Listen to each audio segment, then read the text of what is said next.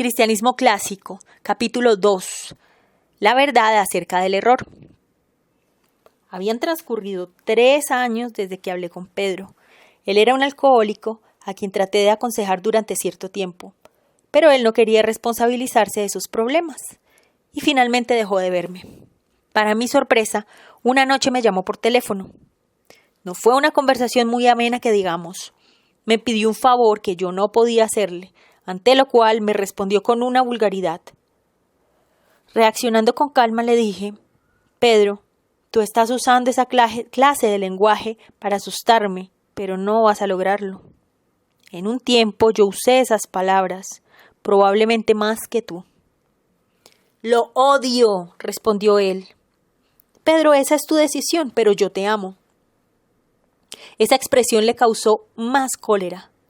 No es nada divertido odiar a alguien cuando la otra persona no nos odia. Finalmente Pedro gritó: «¡Me la vas a pagar!». La llamada telefónica no me molestó. Se lo conté a mi esposa Amy y le manifesté que lo triste era que Pedro no quería reconocer la verdad y disfrutar de la libertad que Cristo deseaba darle. Ya era tarde, de modo que nos fuimos a acostar. 15 minutos después de haber apagado las luces, escuché que un auto paraba repentinamente frente a mi casa. Me levanté y miré por la ventana. La puerta del vehículo se abrió y un hombre con una mirada salvaje, despeinado y con un cuchillo en la mano, salió de él. ¡Era Pedro! Sentí el corazón en la boca. Le grité a mi esposa que se metiera en el closet. Rápidamente corrí al cuarto de mi hijo y le ordené que se metiera debajo de la cama, y enseguida agarré un bate de béisbol del closet. Luego corrí al cuarto de mi hija y también le dije que se escondiera debajo de la cama. Me paré detrás de la puerta y esperé. Podía escuchar mi corazón latir aceleradamente con cada segundo que transcurría y mis oídos atentos a cualquier sonido. Por momentos me sentía seguro, ya que la puerta estaba cerrada con llave. De repente, escuché una fuerte patada en la puerta, luego otra y la puerta se abrió de par en par. Aquel hombre de 92 kilogramos entró a la casa enfurecido, pero yo estaba esperándolo. Con todas mis fuerzas le descargué un tremendo batazo en la cabeza. La sangre manchó la pared y se desplomó, pero no paré. Continué asestándole golpes una y otra vez hasta dejarlo inconsciente. Luego miré horrorizado lo que había hecho. Corrí hacia la cocina y llamé a la policía. Todo sucedió en una sola noche, en mi mente, mientras descansaba en la cama. La llamada telefónica de Pedro había sucedido en realidad. El resto de la historia era solo mi imaginación al interpretar sus palabras. «Me la vas a pagar». Y viviendo todas las posibilidades que parecían muy reales. Pedro nunca vino a mi casa. No había por qué temer. Pero mi corazón latía fuertemente. Yo sudaba y temblaba con enojo al pensar en cómo defender a mi familia. Yo experimenté todas estas cosas debido a una razón fundamental. Nuestras emociones no pueden distinguir entre realidad y fantasía. Mis emociones no sabían que no existía un peligro real.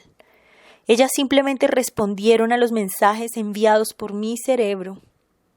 Era como si los eventos descritos estuvieran sucediendo realmente. Ese es el peligro del error.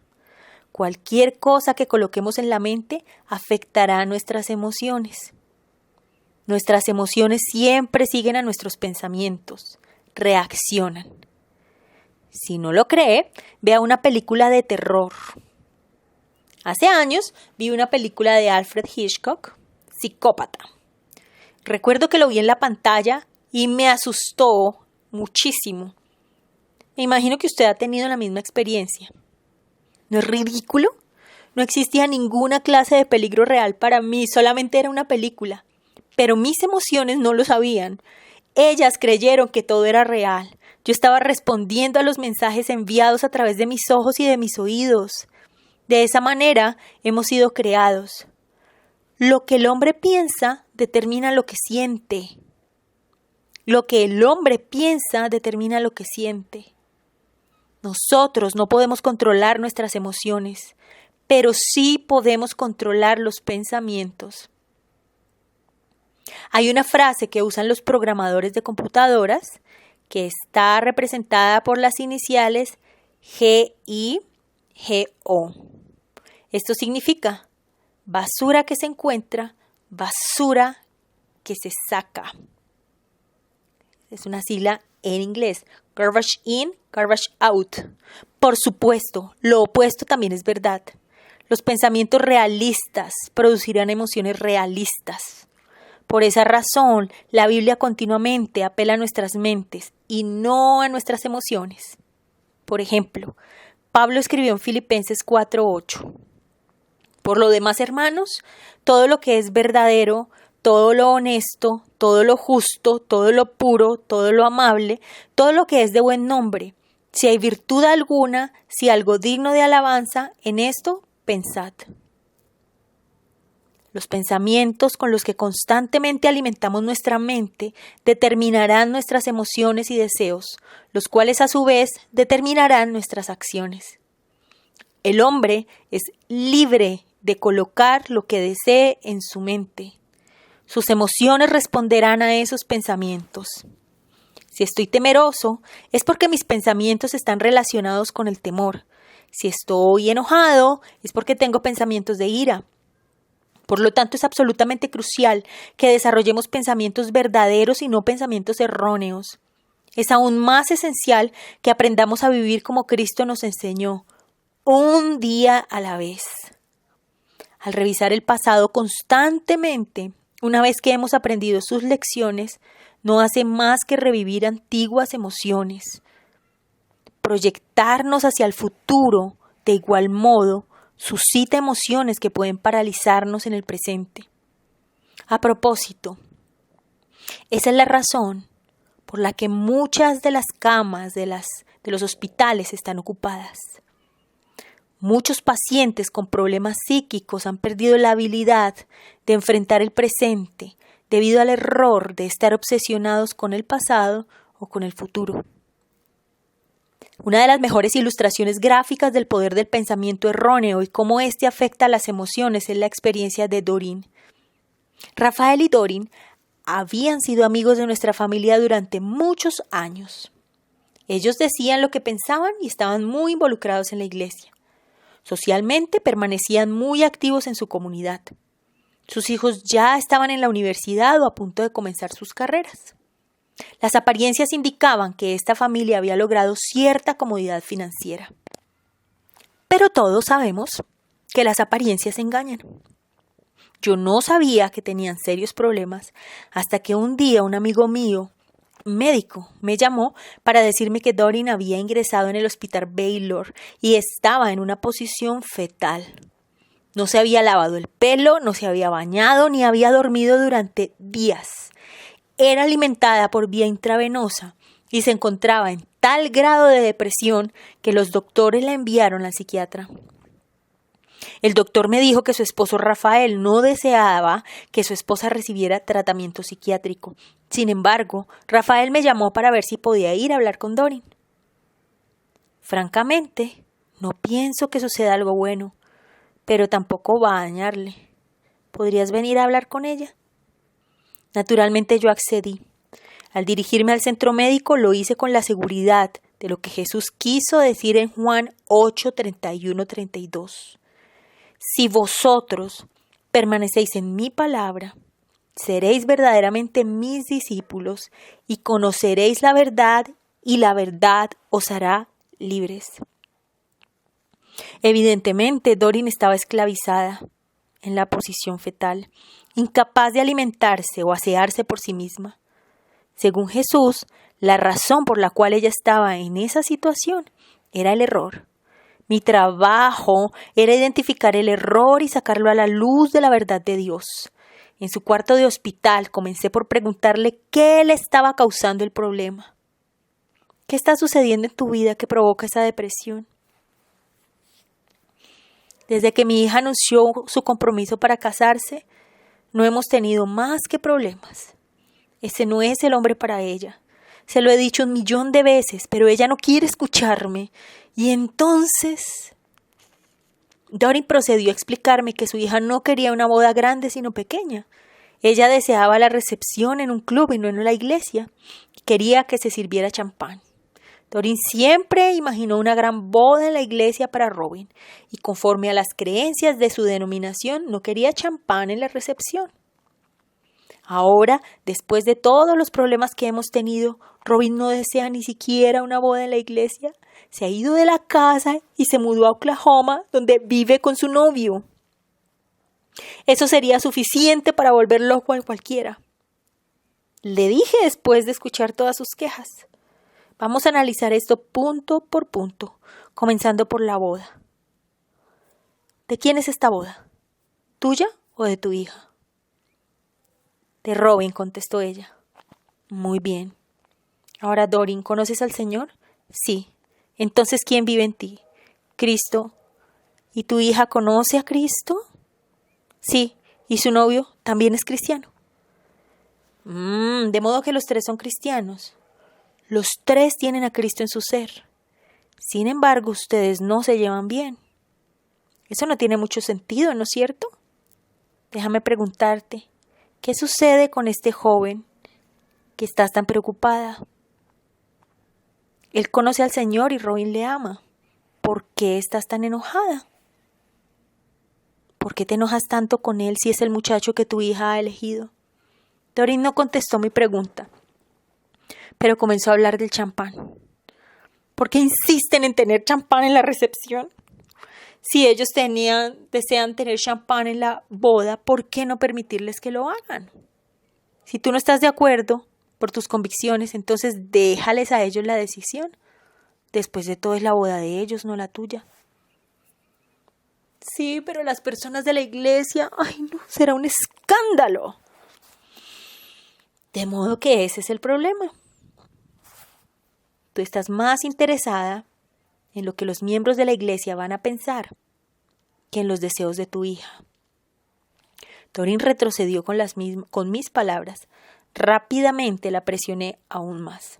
Déjame decirte esto. Al día siguiente de la boda, la gente de la iglesia no va a estar pensando en nada, pero tu hija sí y mucho. Pensará que sus padres no respetaron la clase de boda que ella deseaba tener. Esas ideas perdurarán en su mente durante muchos años. Olvídate de las otras personas.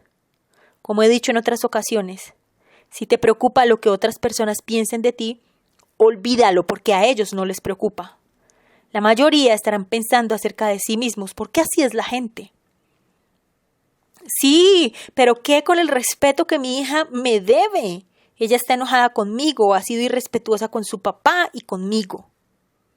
Doreen, eso puede ser cierto, pero esa es responsabilidad de ella. Tú no puedes controlar cómo ella se comporta contigo. Tú solo puedes controlar cómo tú te comportas con ella. Sí, pero nuestro diálogo continuó durante 4 horas. Por cada objeción que ella hacía, yo intentaba exponer el error e identificar la verdad. Finalmente llegamos al meollo del asunto. Doreen, el hecho es que tanto tú como Rafael han estado actuando como personas que no conocen al Señor. Estás paralizada de miedo, estás llena de justicia propia, estás llena de amargura y de sentimientos duros en tu corazón hacia tu hija. Lo que en el fondo estás diciendo es: Robin, no me interesa lo que tú deseas hacer. Tú vas a tener la clase de boda que nosotros deseamos que tengas, no la que tú quieres. Doreen, eso es puro egoísmo. Al hacer esto vas a perder a tu hija y todos los detalles del mundo acerca de esta boda no son comparables con lo que significa perder a tu hija. Doreen se secó las lágrimas y asintió. Mi recomendación es que la llames por teléfono ahora mismo y le digas que la amas. Y que si ese es el hombre que ella ha escogido, entonces es el que tú también has escogido. Y que él formará parte de tu familia y ustedes lo amarán igual que la aman a ella. Y si ella desea una boda pequeña, que así lo harán. Y si ella desea la recepción en el club, así se hará. Ese es su día, ¿qué te parece? Sí, creo que es lo correcto. Me levanté para irme y al dirigirme a la puerta, Doreen ya había tomado el teléfono. Al detenerme por un momento, le escuché decir: Robin, es mamá. Te amo mucho. Discúlpame por la manera en que me he comportado todos estos días. Hemos actuado como personas que ni siquiera conocen al Señor. Las lágrimas corrían por sus mejillas y se reconciliaron. Dorin colgó el teléfono y mirándome me habló. La última cosa que Robin dijo fue: «Mamá, iré pronto a verlos a ti y a papá». Ella estaba muy cansada después de nuestra discusión, de modo que me despedí para que descansara. Esa noche el doctor me llamó a la casa y me dijo: «Bob, ¿qué hiciste con Dorin?». Al principio, por el tono de su voz, me pregunté si Dorin había cometido suicidio o había regresado a su posición fetal, de modo que le contesté: «Espero que nada, ¿por qué?». Él me explicó. Cuando visitaba a los pacientes, Dorin estaba levantada, se había bañado, se había arreglado el pelo, había cenado bien y mañana por la mañana le voy a dar de alta. Han pasado 5 años y Dorin tiene una relación muy íntima con su hija y con su yerno. Realizaron la boda que su hija deseaba y todo salió bien. ¿Por qué estaba Dorin en el hospital con problemas emocionales tan serios? No se debía a la realidad. Más bien ella se imaginaba cómo iban a ser las cosas, basadas en sus ideas preconcebidas, no en hechos verdaderos. Francamente, ese es el problema con la mayoría de las personas que están muy deprimidas. Se encuentran atrapadas en un error y ese error las esclaviza psíquica y emocionalmente. ¿Cómo podemos discernir entre el error y la verdad? Podríamos comparar el problema con el de un banquero que sabe que la moneda falsificada está circulando y desea enseñar a sus empleados a distinguir entre el dinero verdadero y el falso. El método que él escoge no es enfocar su atención en los billetes falsos, sino que les enseña una y otra vez la moneda verdadera, de modo que cuando un billete falso pase por sus manos lo descubren inmediatamente. De igual manera, los cristianos poseen una defensa contra el error. Esa defensa consiste en estar familiarizados con la verdad como Dios la ha revelado en las Escrituras. Así, cuando se enfrentan con el error, les es fácil reconocerlo. Pero si los cristianos no están cimentados en la verdad, quedan vulnerables al error. La guerra entre la verdad y el error ha existido durante miles de años. Cuando Adán y Eva pecaron en el huerto del Edén, no cometieron adulterio, tampoco robaron o quebrantaron uno de los 10 mandamientos. Todo comenzó cuando creyeron una mentira en lugar de la verdad. Dios le dio a Adán un solo decreto: no comas del árbol del bien y del mal. En conformidad con esta única ley, Adán reconocería que Dios y únicamente Dios tenía la facultad de determinar lo que era bueno y lo que era malo. El día que Adán escogió comer de ese árbol, llegó a ser como Dios en el sentido que él determinó para sí mismo qué era lo correcto y lo incorrecto, lo malo y lo bueno. Desde el día de la caída, el hombre ha continuado diciendo: Dios, yo sé más que tú acerca de lo que es cierto y acerca de lo que es errado. Yo sé más que tú acerca de lo bueno o malo. No te necesito para que me digas la verdad. Yo puedo descubrirla por mí mismo. Este es el error fundamental, la mentira en contra de la verdad.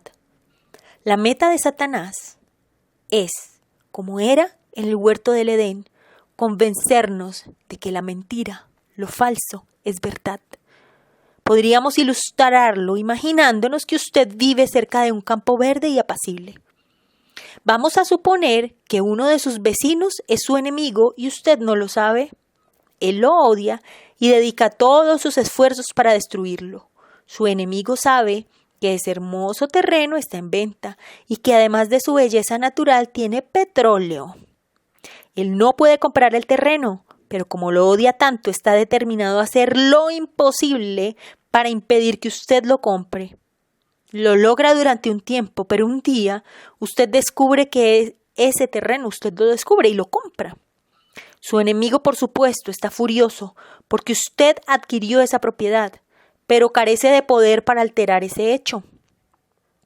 Sin embargo, su odio es tan obsesivo que decide hacer lo imposible para que usted nunca sepa que en ese terreno hay petróleo.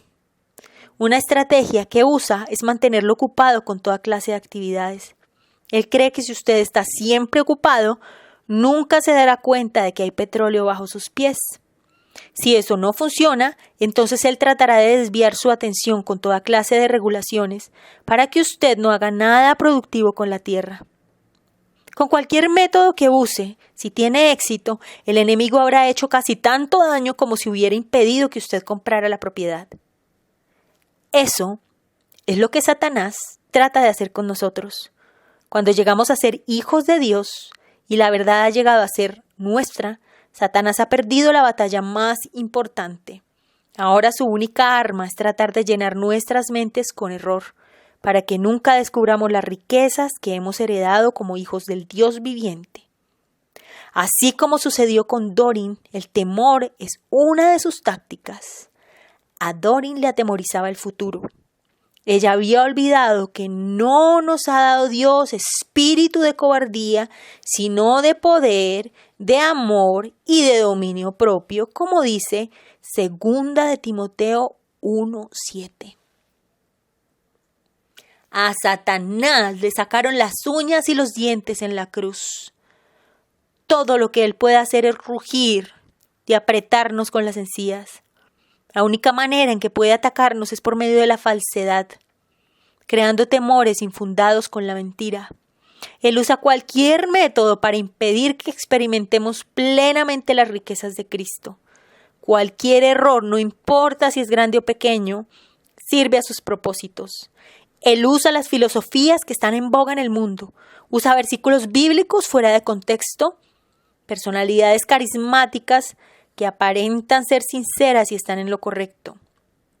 Él no pasa por alto ningún método en su intento de engañar a los hijos de Dios. Satanás dice, busca el éxito a cualquier precio. Dios dice, busca primeramente el reino de Dios y su justicia, y todo lo demás será añadido. Mateo 6:33. Satanás dice, busca las riquezas a cualquier costo. Dios dice, no te hagas tesoros en la tierra, haz tesoros en el cielo. Mateo 6:19 y 20. Satanás dice, empuja a los demás para ser el primero. Dios dice, si alguno quiere venir en pos de mí, niéguese a sí mismo, sígame. Mateo 16:24. Satanás dice, si tú no te cuidas a ti mismo, nadie más lo va a hacer. Dios ayuda a los que se ayudan a sí mismo. Ayúdate que yo te ayudaré. Dios dice, nada hagáis por contienda, por vanagloria, antes bien con humildad, no mirando cada uno por lo suyo propio, sino cada cual también por lo de los otros. Filipenses 2:3-4. Satanás dice, yo no puedo ser feliz a no ser que esté casado o a no ser que esté soltero. Dios dice, he aprendido a contentarme cualquiera que sea mi situación. Filipenses 4:11.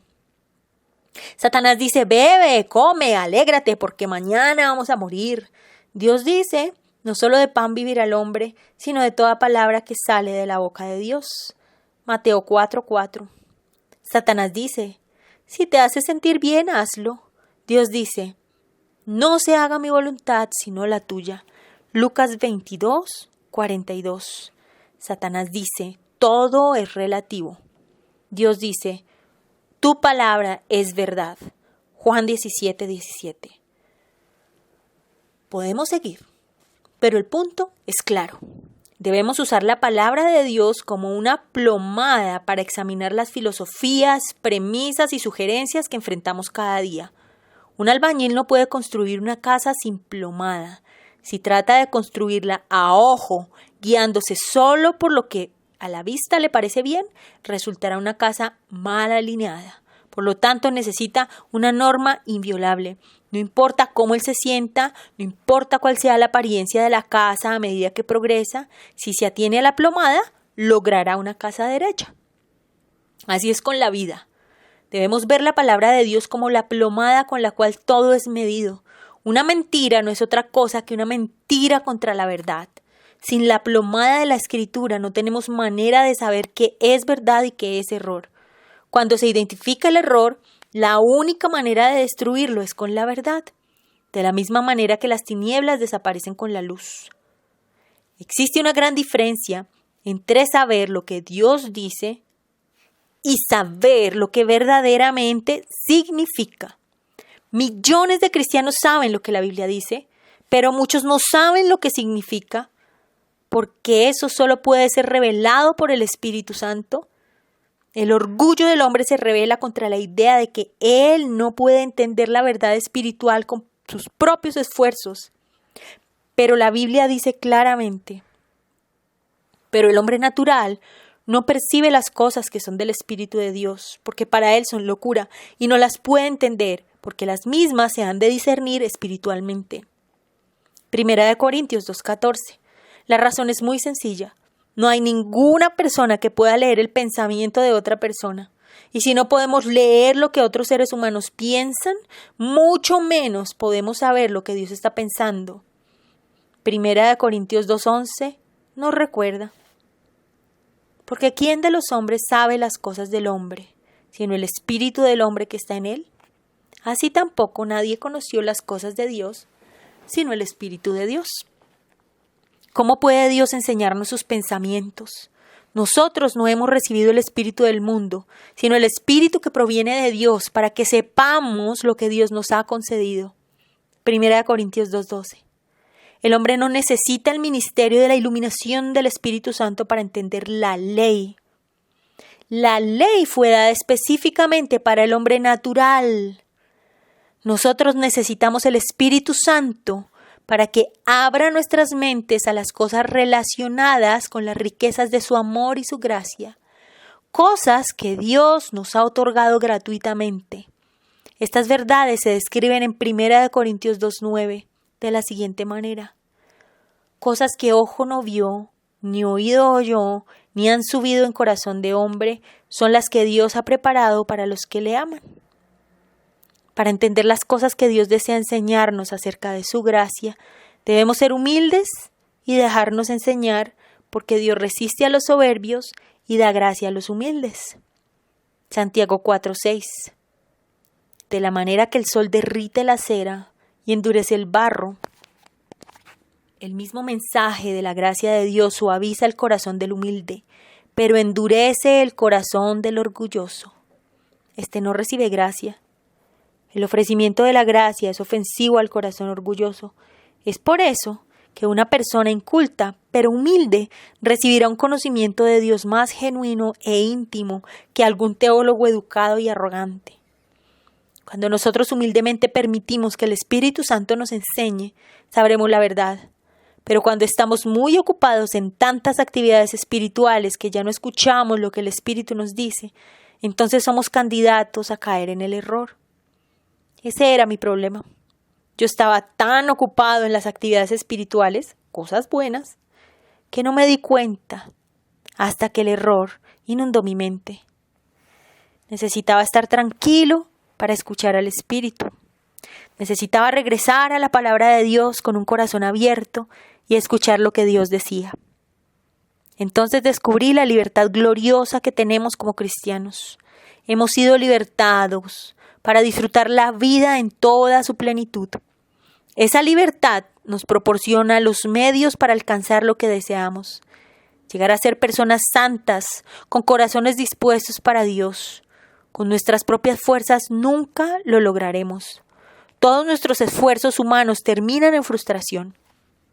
Pero hay un camino que lleva a la vida. Este se halla en la obra de Jesucristo, que va de su crucifixión a su resurrección. Examinemos la obra de Cristo y sus profundas implicaciones para nuestras vidas hoy en día. Es mi oración que en esta jornada usted también experimente la libertad en Cristo y comience a disfrutar de la herencia que es suya como hijo de Dios.